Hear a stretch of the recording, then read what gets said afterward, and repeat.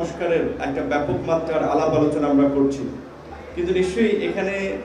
যে সমস্ত রাজনৈতিক দলের নেতৃবৃন্দ আছেন তারা সবাই অকেবাল আছেন। অনেকগুলো দলের আলাপ আলোচনার ভিত্তিতেই হয়তো এক্সপোজারটা বিএনপি করেছে, কিন্তু সকলের মতামত নিয়ে এবং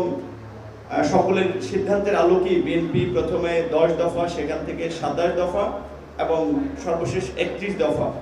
রাষ্ট্র সংস্কারের একটা রূপরেখা বিএনপি ক্ষমতার বাইরে থেকেই অন্যান্য রাজনৈতিক দলগুলোকে নিয়ে দিয়েছে।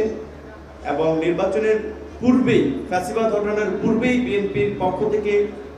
আগাম জাতীয় সরকার ঘোষণা, এই সংকটের রাষ্ট্রকে উত্তরণের জন্য